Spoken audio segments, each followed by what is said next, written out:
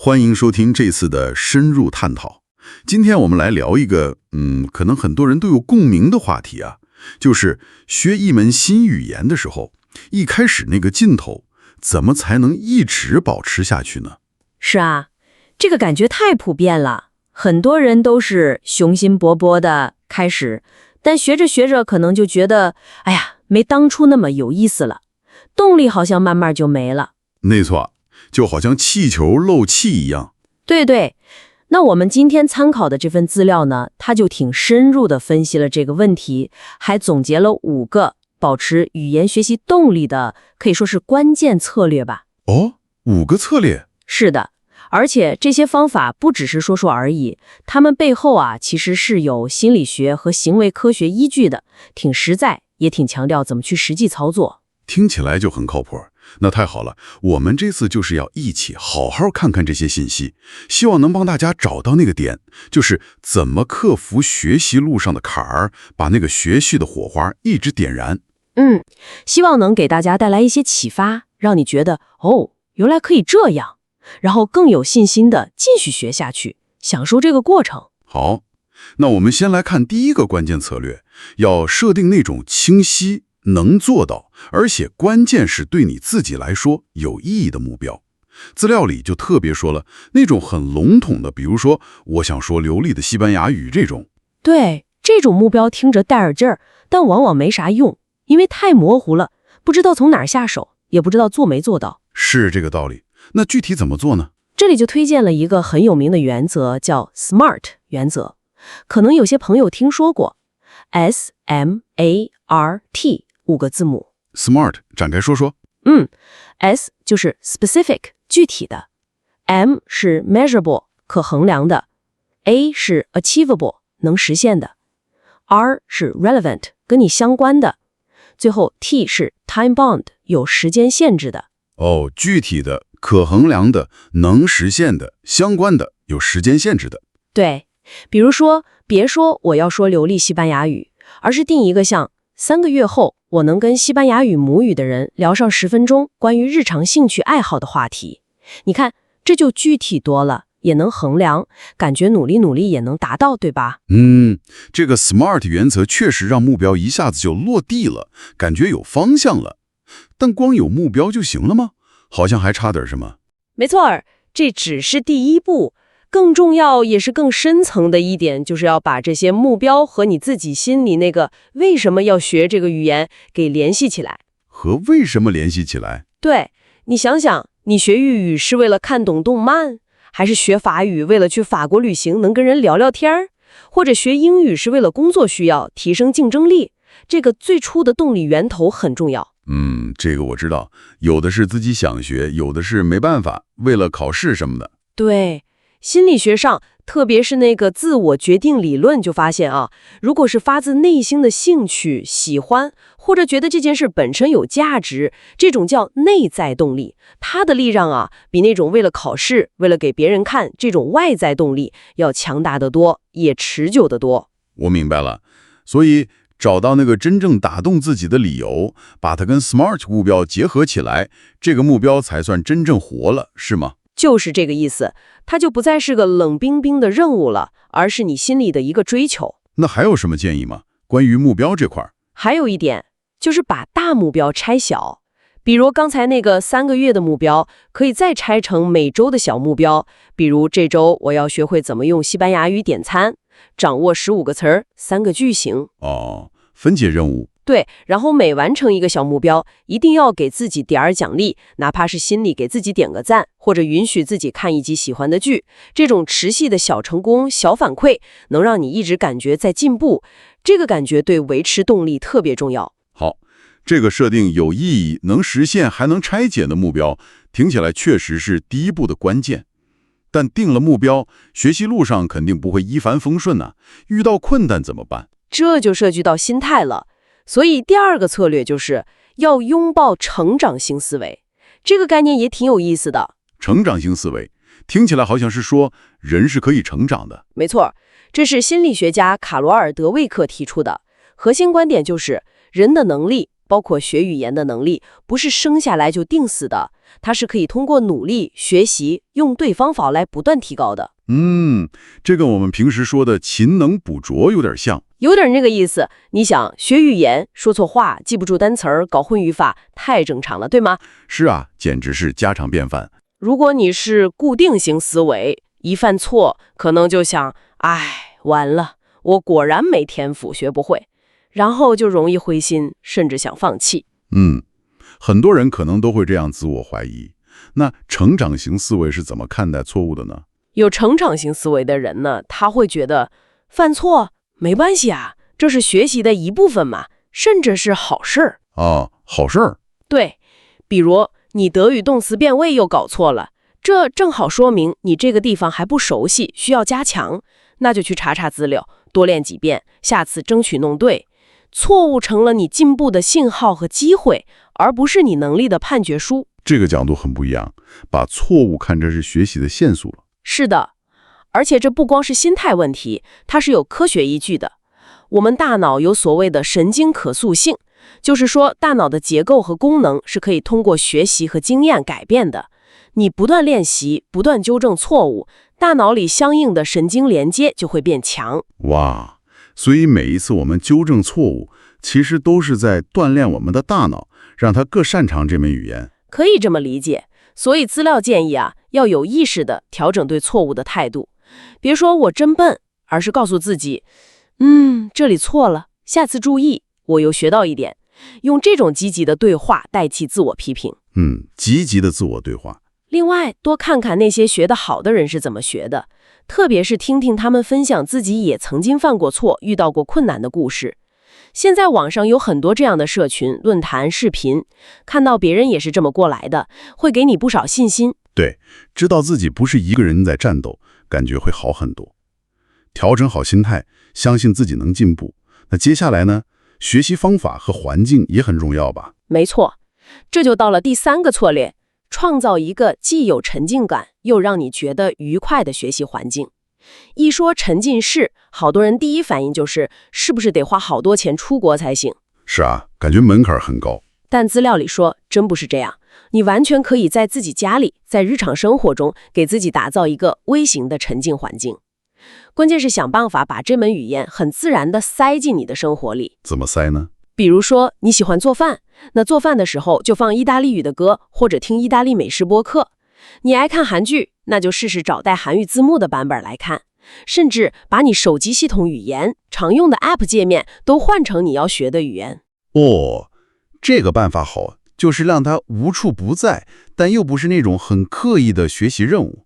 对，这样学起来就不像是在完成任务，更像是一种生活方式了，也更容易坚持。而且这里面还涉及到一个心理学的概念，叫心流。心流 flow， 我知道这个，就是做一件事特别投入，感觉不到时间流逝那个状态。是的，就是那个状态。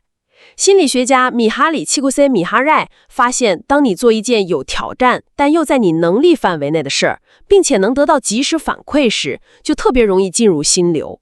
这个状态下，人不仅效率高，而且感觉特别好，很享受。那怎么在语言学习里找到心流呢？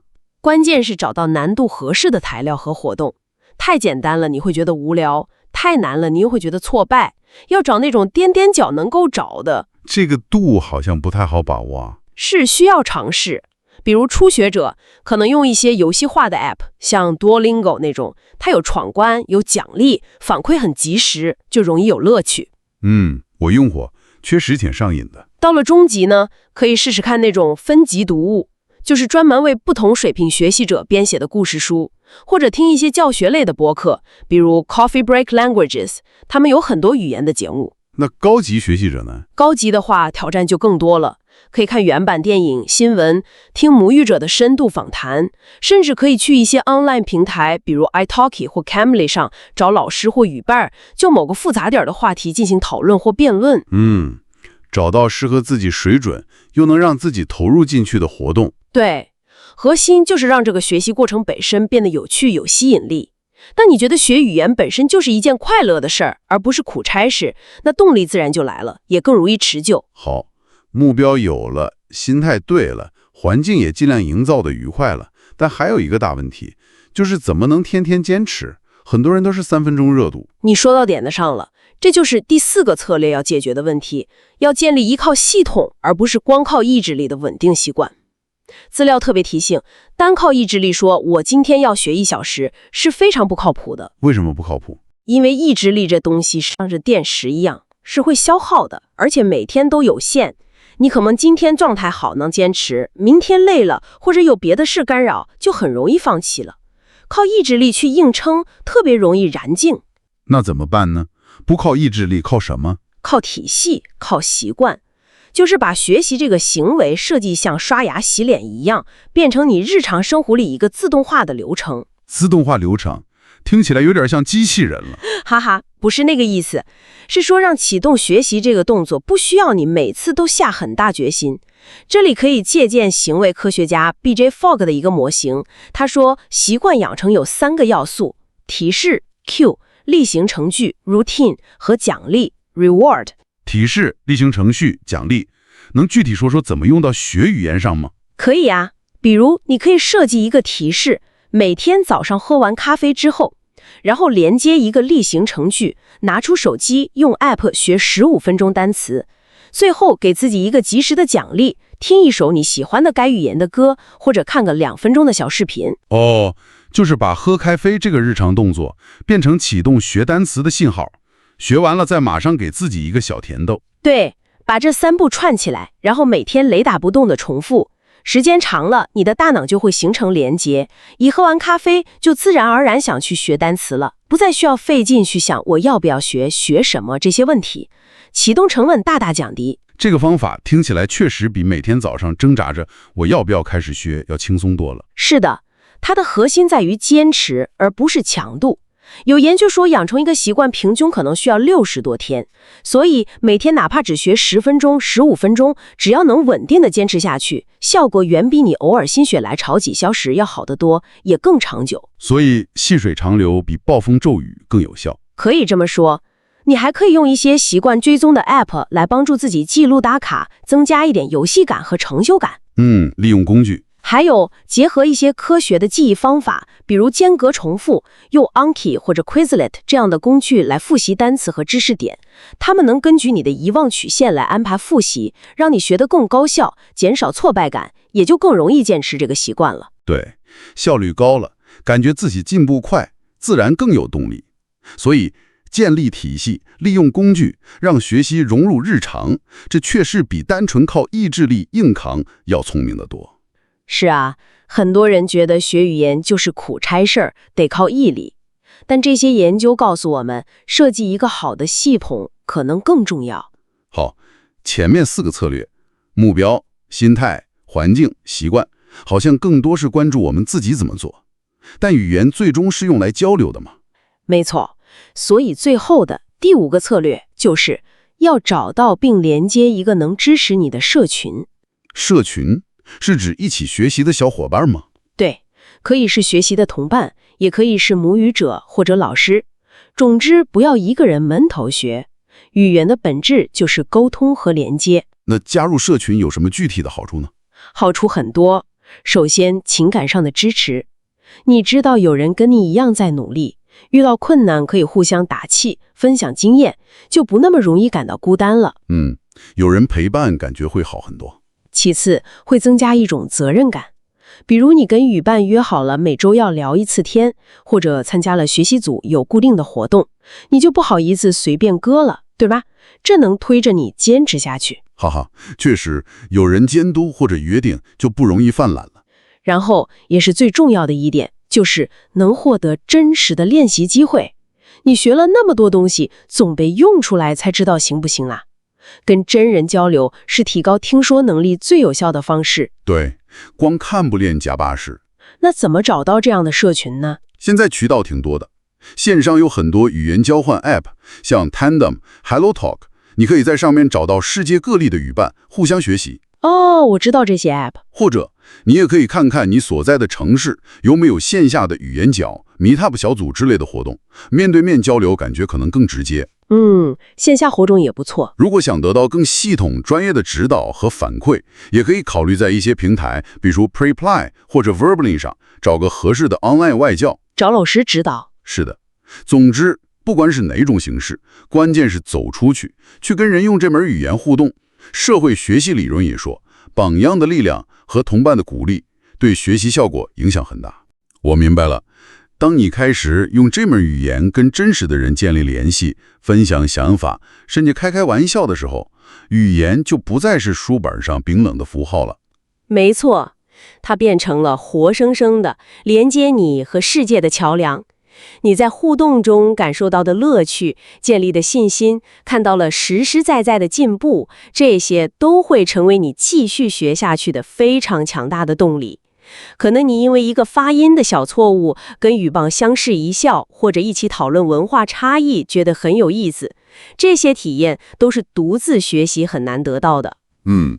这5个策略，从目标、心态、环境、习惯到社群，听起来确实覆盖得很全面，像一个完整的系统。但我们都知道，实际学习中总会遇到一些具体的困难，对吧？比如卡在某个阶段上不去。对，资料也提到了几个常见的拦路虎。你说的那个平台期就很典型，特别是中级阶段，感觉自己明明在学，但好像总在原地踏步，甚至有点退步的感觉。是啊，这个阶段特别磨人，怎么办呢？资料建议这个时候可以试试换花样，引入一些新的学习方式。比如，如果你一直都在背单词、啃语法，那可以尝试开始用这门语言写点东西，哪怕是简单的日记，或者多找一些你感兴趣领域的，比如播客、纪录片来听，给大脑一些新鲜感。多样化输入和输出。还有一个常见的心理障碍是完美主义，特别怕犯错，尤其是在别人面前，所以不敢开口说。这个我懂，怕丢脸。对，但学语言，尤其是口语，不怕错才能进步快。要反复告诉自己，完成比完美重要，沟通效果是第一位的。没人生下来就会说，都是在错误中学习的。把每次开口都当成练习机会，说错了没关系，下次改进就好。调整对完美的期待。那要是时间不够呢？很多人都说太忙了，没时间学。时间确实是个大问题。如果真的很难抽出整块时间，那就可以试试微学习，就是利用碎片时间，比如上下班路上、午休排队的时候，用手机 app 或者听段 audio 学个5分钟、10分钟，积少成多。对，别小看这几分钟，高频率、短时间的学习，长期坚持下来，效果也很可观。现在很多学习工具都支持这种模式。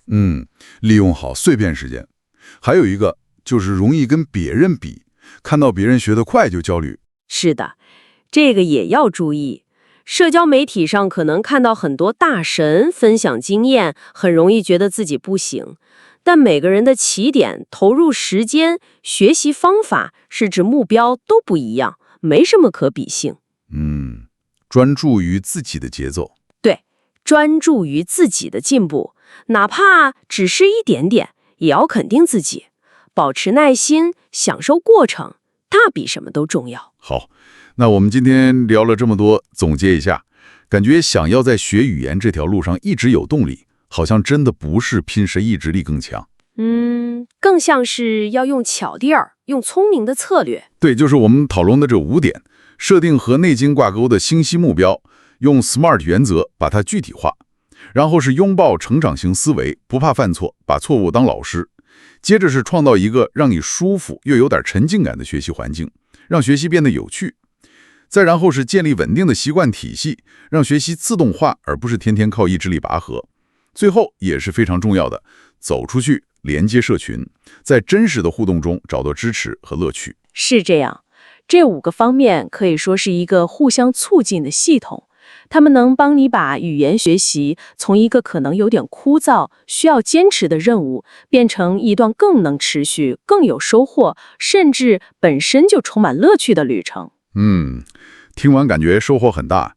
对怎么保持动力有了更清晰的思路。那么，在我们谈套了这些通用的策略之后呢，最后也留给你一个问题，可以自己琢磨琢磨。除了咱们刚才聊的这5个方面，在你非常个人化的学习习惯、你的兴趣点、你的生活节奏里，是不是还藏着一些特别能激励你自己的独一无二的动力小火花呢？